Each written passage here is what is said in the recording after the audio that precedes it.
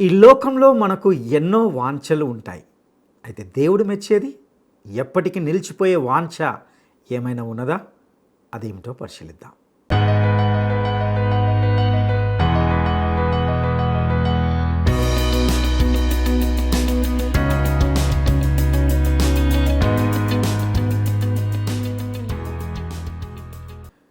మహోన్నతుడును రక్షకుడైన యేసు క్రీస్తు శ్రేష్టమైన నామంలో శుభములు తెలియజేస్తున్నాం. నేటి మన ధ్యాన భాగంగా రోమాపత్రిక 15వ అధ్యాయము 22 నుండి 33వ వచనం వరకు ధ్యానించుకోబోతున్నాం. ఇందులో పౌలు తన సేవా పరిచర్యను ఉద్దేశించి అనేక విషయాలను తెలియజేస్తున్నట్లుగా చూస్తాం. పౌలు యొక్క ప్రగాఢ వాంఛ ఏమిటంటే అందరికీ అన్ని చోట్ల క్రీస్తు సువార్తను ప్రకటించాలి.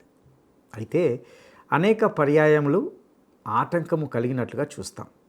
అపోస్తలుడైన పౌలు యొక్క ఉద్దేశిత ప్రయాణాలను గురించి ఇందులో వింటాం.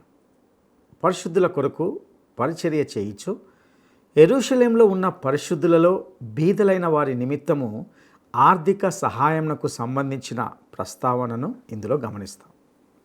పౌలు తన పరిచర్యకు సంబంధించి యెరూషలేములో చేయవలసి ఉన్న పరిచర్య నిమిత్తమై తన కొరకు దేవునికి చేయు ప్రార్థనలయందు తనతో కలిసి పోరాడవలనని విశ్వాసులను బ్రతిమిలాడుకొచ్చినట్టుగా గమనిస్తాం. ఇక సందేశంలోని విషయాలను శ్రద్ధగా తెలుసుకుందామా? ఈరోజు మన పాఠం రోమాపత్రిక 15వ అధ్యాయం 22 నుండి 33వ వచనం వరకు. సావధానంగా వినండి. పౌలు తన వ్యక్తిగత సేవను గురించి సాక్ష్యమిస్తూ అన్నాడు, ఈ హేతువు చేత మీ వద్దకు రాకుండా నాకు అనేక పర్యాయములు ఆటంకం కలిగింది. ఇప్పుడైతే ఈ ప్రదేశములలో నేనిక సంచరించవలసిన భాగము లేదు గనుక అనేక సంవత్సరముల నుండి మీ వద్దకు రావాలని మిక్కిలి అపేక్ష కలిగి నేను స్పెయిను దేశమునకు వెళ్ళేటప్పుడు మార్గములో మిమ్ములను చూచి మొదట మీ సహవాసము వలన కొంత మట్టుకు సంతృప్తి పొంది మీ చేత అక్కడికి సాగనంపబడతానని నిరీక్షిస్తున్నాను. అయితే ఇప్పుడు పరిశుద్ధుల కొరకు పరిచర్య చేస్తూ యెరూషలేముకు వెడుతున్నాను.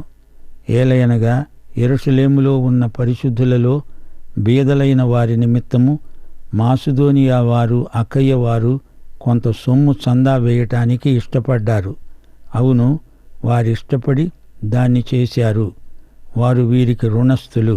ఎట్లనగా అన్యజనులు వీరి ఆత్మ సంబంధమైన విషయములలో పాలివారై ఉన్నారు గనుక శరీర సంబంధమైన విషయములలో వీరికి సహాయము చేయ బద్ధులై ఉన్నారు.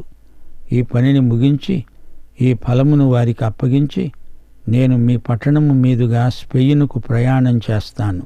నేను మీ వద్దకు వచ్చినప్పుడు క్రీస్తు యొక్క ఆశీర్వాద సంపూర్ణముతో వస్తానని ఎరుగుదును. సహోదరులారా, నేను యూదయలో ఉన్న అవిధేయుల చేతులలో నుండి తప్పించబడి యెరూషలేములో చేయవలసి ఉన్న ఈ పరిచర్య పరిశుద్ధులకు ప్రీతికరమయ్యేటట్లు నేను దేవుని చిత్తము వలన సంతోషముతో మీ వద్దకు వచ్చి మీతో కలిసి విశ్రాంతి పొందేటట్లు మీరు నా కొరకు దేవునికి చేసే ప్రార్థనలందు నాతో కలిసి పోరాడాలని మన ప్రభువైన యేసుక్రీస్తును బట్టి ఆత్మవలని ప్రేమను బట్టి మిమ్మను బతిమాలుకుంటున్నాను. సమాధానకర్త అయిన దేవుడు మీకందరికీ తోడై ఉండునుగాక. ఆమేన్. ప్రియ సోదరీ సోదరులారా, వింటున్నారా? పౌలు అన్యులకు అపోస్తలుడు. ప్రభువే పౌలును నియమించాడు, నిర్ణయించాడు, ఏర్పరచుకున్నాడు. ఈ పత్రిక ప్రారంభంలో పౌలు తన వ్యక్తిగత విషయాలు కొన్ని మనతో పంచుకున్నాడు. ఆ తరువాత కొన్ని సైద్ధాంతిక సత్యాలను కూలంకషంగా చర్చించాడు. తిరిగి ముగింపులో వ్యక్తిగతమైన విషయాలు, సేవా వివరాలు రాశాడు. నేను రోముకు రావాలని ఆశిస్తున్నాను అన్నాడు. మొదటి అధ్యాయం 10వ వచనంలో ఇదే మాట అన్నాడు. ఆటంకము లేకుండా మీ వద్దకు రావటానికి దేవుని చిత్తము వలన నాకు వీలు కలుగుతుందేమో అని ప్రార్థిస్తున్నాను. మీ గురించి ఎడతెగక జ్ఞాపకం చేసుకుంటున్నాను. ఈ విషయంలో దేవుడే నాకు సాక్షి అన్నాడు పౌలు. పౌలు రోముకు రావాలని చూచాడు, గాని ఎన్నో ఆటంకాలు తటస్థించాయి. సువార్తను సుదూర ప్రాంతాలకు తీసుకువెళ్లాలని ఎంతో ఆశించాడు. ఇప్పుడు రోముకు తప్పకుండా వెడతాడు. ఈ ప్రాంతాలన్నీ సువార్తతో నింపేశాడు. ప్రకటించడానికి వేరే స్థలమేమీ ఇక్కడ మిగిలి ఉండలేదు. పౌలు ఎంతో నమ్మకమైన సేవ చేశాడు. దేవుని వాక్యంతో ఆ ప్రాంతాలన్నీ పూర్తిగా నిండిపోయాయి. వారందరూ సువార్త విన్నారు. నేను స్పెయినుకు వెడతాను, దారిలో రోముకు మీ దగ్గరికి వస్తాను, మార్గమధ్యంలో రోములో ఆగుతాను. రోమా సామ్రాజ్యం ఈ కొన నుండి ఆ కొనకు వెళ్ళడానికి ప్రయాణం సమకట్టాడు. రోము మీదుగా ఇంకా అవతలికి వెళ్ళాలని చూచాడు. ఇంతకు పౌలు స్పెయినుకు అసలు వెళ్ళాడా? వెళ్ళి ఉంటే మరి మనకు ఆ వివరాలేమీ పౌలు చెప్పలేదే. ఇంకెవరూ చెప్పలేదు. ఇల్లూరికు ప్రాంతాలకు కూడా వెళ్తానన్నాడు. ఏది ఏమైనా పౌలు స్పెయినుకు వెళ్ళాడనడానికి సాక్ష్యాధారాలు లేకపోలేదు. 2 తిమోతి 4:7 పౌలే స్వయంగా చెప్పాడు, మంచి పోరాటము పోరాడాను, నా పరుగు కడముట్టించాను, విశ్వాసమును కాపాడుకున్నాను. ఈ మాటను బట్టి పౌలు స్పెయిను మొదలైన దేశాలకు వెళ్ళి ఉంటాడని నిర్ధారించడం జరిగింది. స్పెయినుకు అక్కడి నుండి యెరూషలేముకు వస్తాను అన్నాడు. యెరూషలేములో ఉన్న పరిశుద్ధులకు కొంత సహాయం అందించాలి. ఆ పని నేనే స్వయంగా చెయ్యాలి అంటున్నాడు. తన చేతులతో పరిశుద్ధులకు పూర్వం ఎంతో కీడు చేశాడు. యెరూషలేములోని విశ్వాసులను హింసించాడు, చెరసాలలో వేయించాడు, ఎందరినో చంపించాడు. వారినిప్పుడు ఎంతో ప్రేమించి వారికి ఉపకారం చెయ్యాలని ఉవ్విళ్ళూరుతున్నాడు.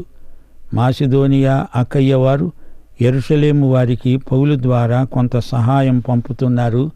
విశ్వాసులు తమకున్నది తోటి విశ్వాసులతో పంచుకోవడం గ్రీకు భాషలో కొయినోనియా అంటారు. క్రీస్తును, వాక్యాన్ని పంచుకుంటారు.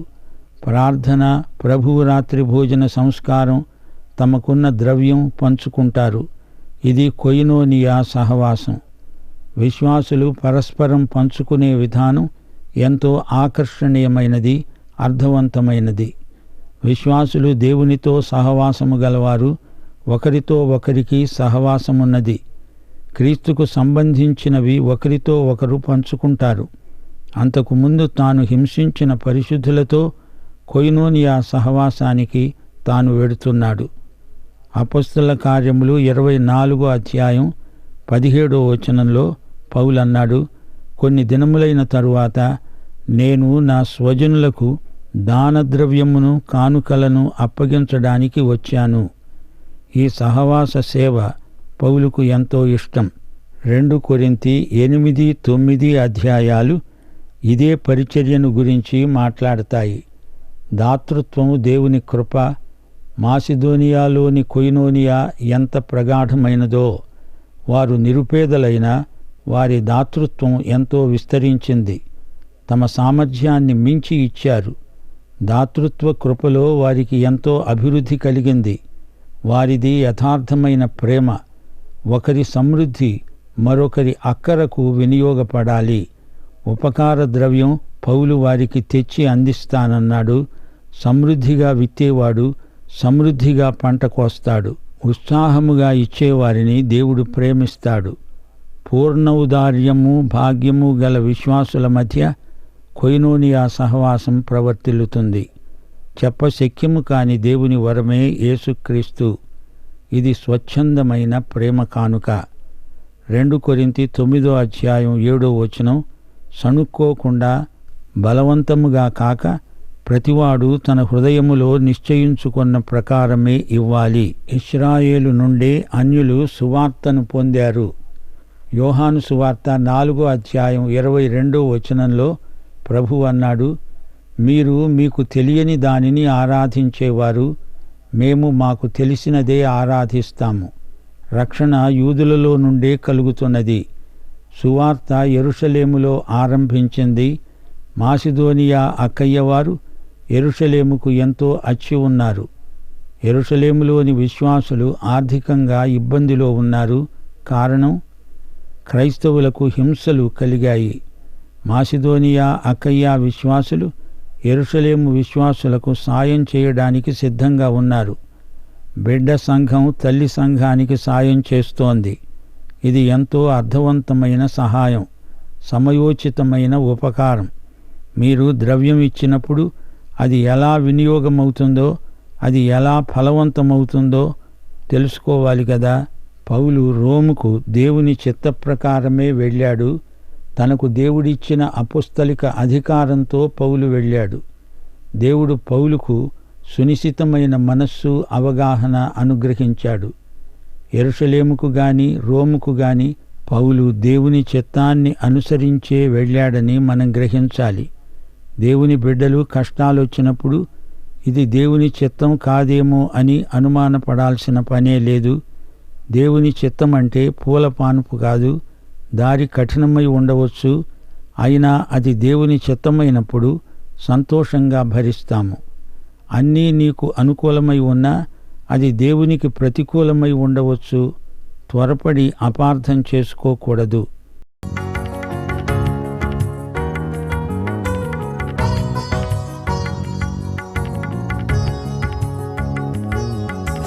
సదాకాలము నీతో నేను జీవించేదను యేసయ్యా.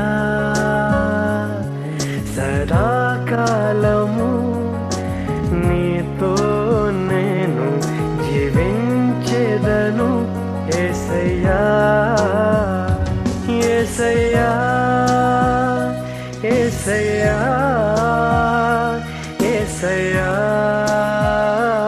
యేసయ్యా యేసయ్యా యేసయ్యా యేసయ్యా యేసయ్యా.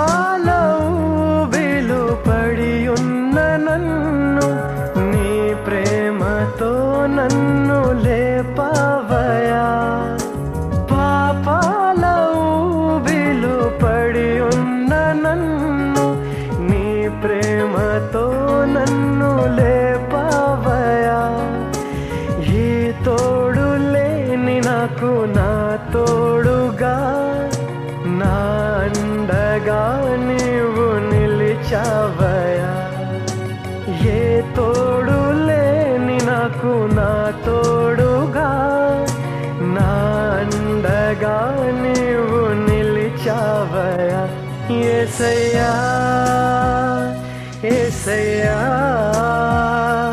యేసయ్యా యేసయ్యా యేసయ్యా యేసయ్యా యేసయ్యా యేసయ్యా.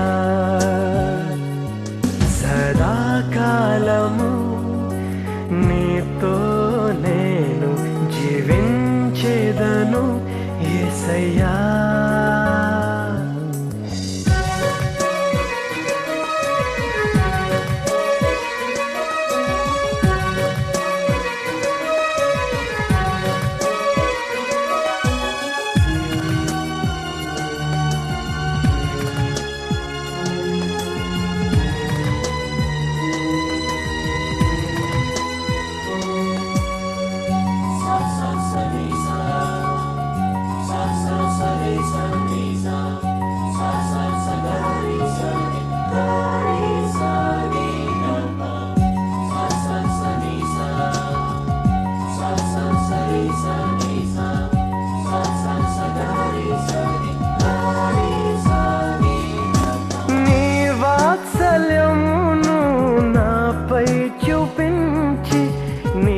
సాక్షిగా నన్ను నిలిపవయా, నీ వాత్సల్యమును నాపై చూపించి నీ సాక్షిగా నన్ను నిలిపవయా.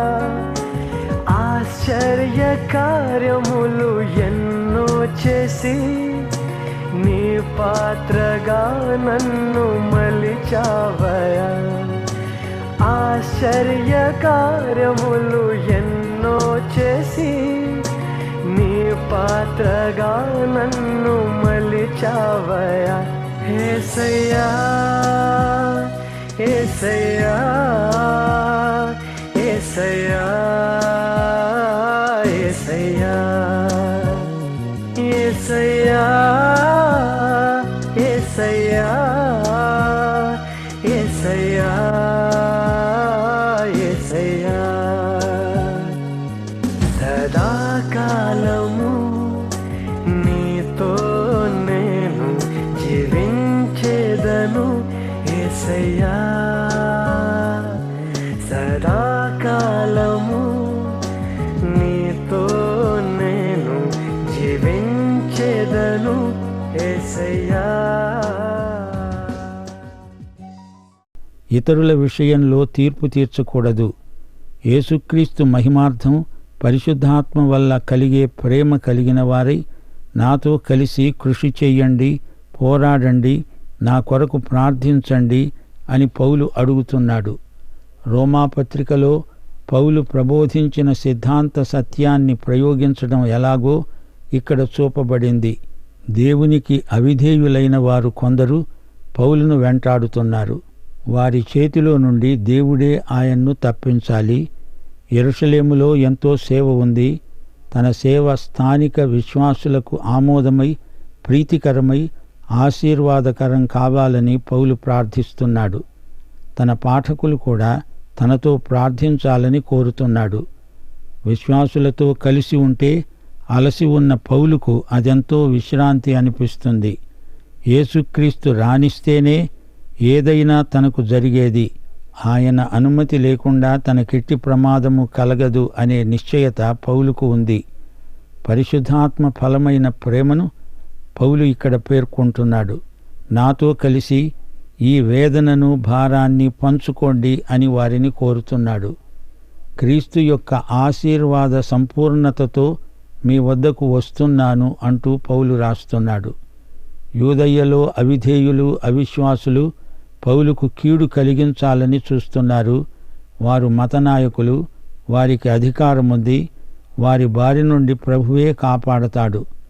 నా కొరకు పట్టుదలగా ప్రార్థన చేయండి అంటూ పౌలు విశ్వాసులను అభ్యర్థిస్తున్నాడు. యెరూషలేములోని పరిశుద్ధులు అన్యులు పంపే ఈ కానుకను అంగీకరిస్తారో లేదో అని పౌలు సంకోచిస్తున్నాడు. వారు ఈ ప్రేమ కానుకలను అంగీకరిస్తే పౌలు ఎంతో సంతోషిస్తాడు. పౌలు యొక్క ఈ 2 ప్రార్థన మనవులకు దేవుడు జవాబిచ్చాడు. అతడు చెరసాల నిర్బంధంలోకి వెళ్ళాడు. ఆ విధంగా రాజుల ఎదుట నిలిచి సాక్ష్యం ఇవ్వడానికి పౌలుకు అవకాశం లభించింది. చిట్ట చివరికి పౌలు కైసరు ఎదుట నిలిచి మాట్లాడాడు.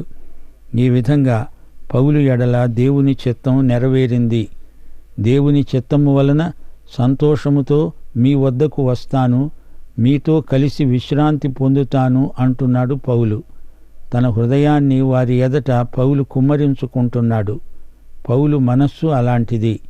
కైసరయ్యలో 2 సంవత్సరాలు ఖైదీగా ఉన్నాడు. దారిలో సముద్రంలో నౌకాభంగం కలిగింది. సంకెళ్లలో బంధించబడిన వాడై పౌలు రోములో ప్రవేశించాడు. అయినా పౌలు ఎంతో అత్యానందంతో పరవశించిపోయాడు. శ్రోతలు, మనకు అలాంటి ఆనందం ఉండాలనిపిస్తోంది గదూ. రోములో పౌలుకు విశ్రాంతి దొరికిందా? పౌలు 2 తిమోతి 4వ అధ్యాయం 6 నుండి 8వ వచనం వరకు రాసిన మాటలు మనం మరచిపోలేము. నేనిప్పుడే పానార్పణముగా పూయబడుతున్నాను. నేను వెడలిపోయే కాలము సమీపమై ఉన్నది. మంచి పోరాటం పోరాడాను, విశ్వాసాన్ని కాపాడుకున్నాను. ఇక మీదట నా కోసము నీతి కిరీటము ఉంచబడి ఉన్నది. ఆ దినమందు నీతిగల న్యాయాధిపతి అయిన ప్రభువు అది నాకు, నాకు మాత్రమే కాకుండా తన ప్రత్యక్షతను అపేక్షించే వారికందరికీ అనుగ్రహిస్తాడు. ఈ అధ్యాయం పౌలు ఆశీర్వాదంతో ముగిసింది. సమాధానకర్త అయిన దేవుడు మీకందరికీ తోడై ఉండునుగాక. ప్రియ శ్రోతలు, యేసుక్రీస్తు యొక్క సమాధానాన్ని పౌలు పూర్తిగా అనుభవించాడు. ఎక్కడ? రోమా చెరసాలలో, సంకెళ్లలో, సముద్రపు తుఫానులో, నౌకాభంగంలో పౌలు దేవుని సమాధానము, శాంతి పూర్తిగా అనుభవించాడు. మనకు అలాంటి శాంతి సమాధానములు దేవుడు అనుగ్రహించునుగాక. ప్రియ సోదరీ సోదరులారా, బైబిల్ గ్రంథం క్రీస్తు కేంద్రితమైన దివ్య గ్రంథం. ఆదికాండం మోషే రాసింది, ఇది మొదటి గ్రంథం. యోహాను రాసిన ప్రకటన గ్రంథం చిట్ట చివరిది. రోమాపత్రిక క్రైస్తవ విశ్వాసానికి వాచక పుస్తకం. ఈ రోమాపత్రికలో 4 కట్టడాలున్నాయి. 1 న్యాయస్థానం, 2 కృపాసనం, 3 ఇశ్రాయేలు సమాజ మందిరం, 4 దేవాలయం. అపొస్తలుడైన పౌలు రోమాపత్రికలో మనల్ని ఆధ్యాత్మికంగా ఎంతో లోతుకు ఎత్తుకు తీసుకువెళ్ళాడు. పౌలు స్పెయిన్కు వెళ్ళాలని ఎందుకు ఆశించాడు? స్పెయిను ఐరోపాకు పశ్చిమ దిశ అంచున ఉంది. నాగరిక ప్రపంచానికి అది పొలిమేర అని చెప్పవచ్చు. పౌలుకు అక్కడ సువార్త ప్రకటించాలనే భారం ఉంది. భూదిగంత సువార్త సేవా దర్శనం పౌలుకుంది. ఆ రోజుల్లో స్పెయిను దేశం జ్ఞానానికి, పాండిత్యానికి పేరెన్నికగన్నది. కవులు, శిల్పకారులు, వక్తలు స్పెయిను నుండి వచ్చిన వారే. స్తోయికు వేదాంతం స్పెయినుకు చెందిందే. నీరో చక్రవర్తికి ముఖ్యమంత్రి స్పెయిను దేశస్థుడే. అందుకే పౌలు అంతగా స్పెయినుకు వెళ్ళాలని, క్రీస్తు సువార్త ప్రకటించాలని ఎంతో ఆశించాడు. దేవుడు పౌలుకు విస్తృతమైన సేవా దర్శనమిచ్చాడు. యెరూషలేముకు వెళ్ళాలనే కోరిక పౌలులో ఎంతో బలంగా ఉంది. యెరూషలేములో పరిశుద్ధులు ఆర్థికంగా చాలా ఇబ్బందిలో ఉన్నారు. వారికి సాయం చెయ్యాలని, ఈ విధంగా అన్య సంఘాలు ఆదిమ సంఘానికి తోడ్పడాలని పౌలు కోరిక. యెరూషలేములో ఉద్యోగావకాశాలు తక్కువ. ప్రతి ఉద్యోగము దేవాలయానికి సంబంధించిందే. దేవాలయాధికారులందరూ సద్దూకయులు. సద్దూకయులు యేసుక్రీస్తుకు ప్రబల శత్రువులు. దేవాలయ సంబంధిత ఉద్యోగి క్రైస్తవుడయ్యాడు అంటే అతని ఉద్యోగం ఊడిందన్నమాటే. అలాంటి వారికి ఆర్థికంగా ఎంతో కష్టం. వారి కుటుంబాలు నిస్సహాయ స్థితిలో ఉన్నాయి. అందుకే పౌలు ఈ ఉపకార ద్రవ్యాన్ని యెరూషలేముకు స్వయంగా తీసుకువెడుతున్నాడు. పౌలు అన్యులకు అపొస్తలుడు గదా. గలతీ పత్రిక 2వ అధ్యాయం 10వ వచనం, మేము బీదలను జ్ఞాపకము చేసుకోవాలని వారు కోరారు. అలాగు చేయడానికి నాకు ఆసక్తి ఉంది అన్నాడు పౌలు. తాను ఒకప్పుడు హింసించిన సంఘానికి తానెంతో అచ్చి ఉన్నాడు. ఆ రుణంలో ఈ కొంచెమైనా ఈలాగు తీర్చుకుంటాను అనుకున్నాడు పౌలు. అంతేకాదు, పరస్పర సహాయ సహకారాల ద్వారా సంఘ సమైక్యత సిద్ధిస్తుంది, బలపడుతుంది. ప్రపంచవ్యాప్తమైన సంఘంలో స్థానిక సంఘాలు చిన్న చిన్న భాగాలు అని వీరు గ్రహిస్తారు. ఒకరికొకరు తోడ్పడటంలో, క్రీస్తు శరీరంలో మనము ఒకరికొకరము అవయవములము అనే అనుభూతి కలుగుతుంది. క్రైస్తవ ఉద్యమం ఎంతో ప్రయోగశీలమైంది. కబుర్లు కాదు, కార్యాచరణకు ఎంతో ప్రాముఖ్యమిచ్చే ఉద్యమమిది. దాతృత్వం ద్వారా వారికి స్ఫూర్తి కలుగుతుంది. క్రైస్తవ మాటలను చేతలుగా మార్చినప్పుడే సువార్త ఫలిస్తుంది. పౌలు యెరూషలేముకు వెడతాడు, స్పెయినుకు వెడతాడు. చివరికి పౌలు చెరసాలలో నిర్బంధంలో ఉండాల్సి వచ్చింది. అతడు హతసాక్షి అయిపోయాడు. లూకాసు వార్త 9వ అధ్యాయం 51వ వచనం, యేసు పరమునకు చేర్చుకోబడే దినాలు పరిపూర్ణమవుతున్నప్పుడు ఆయన యెరూషలేమునకు వెళ్ళడానికి మనస్సు స్థిరపరుచుకున్నాడు. అలాగే పౌలు కూడా యెరూషలేముకు అభిముఖంగా పయనించడం విశేషం. యేసు మనస్సు, యేసు ధైర్య సాహసాలు పౌలుకున్నాయి. యేసు శిష్యులకు యేసు మనస్సుండాలి. రోములోని సంఘం పౌలు కొరకు ప్రార్థించింది. అనేకుల ప్రార్థన దైవ సేవకుల నిరీక్షణను బలపరుస్తుంది. మనము ఎక్కడెక్కడో చెదరిపోయి ఉన్నా దేవుని కృపాసనము వద్ద కలుసుకోగలము. సోదరీ సోదరులారా, వింటున్నారా? దేవుని సమాధానంతో పౌలు రోముకు వెడుతున్నాడు. సమాధానకర్త అయిన యేసుక్రీస్తు సన్నిధి పౌలుకు తోడు నీడ. యెరూషలేము పట్టణానికి ధైర్యంగా పౌలు వెళ్ళగలిగాడంటే అతనిలోని దేవుని సమాధానమే కారణం. ప్రియ శ్రోత, నీ హృదయంలో దేవుని సమాధానమున్నదా? నీవు ధైర్యంగా జీవితంలోని ప్రమాదాలను అవలీలగా ఎదుర్కొని జయించగలవా? పాఠం సమాప్తం. యేసు కృప, ఎలోహిం దేవుని ప్రేమ, పరిశుద్ధాత్మ సమాధానము మనకందరికీ సదాకాలము తోడై ఉండునుగాక. ఆమేన్.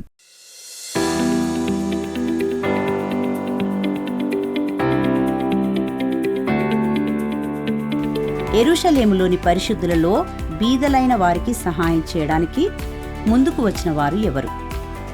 యెరూషలేములోని పరిశుద్ధులలో బీదలైన వారికి సహాయం చేయడానికి ముందుకు వచ్చిన వారు ఎవరు? 1. మాసిదోనియ వారు, అకయ వారు.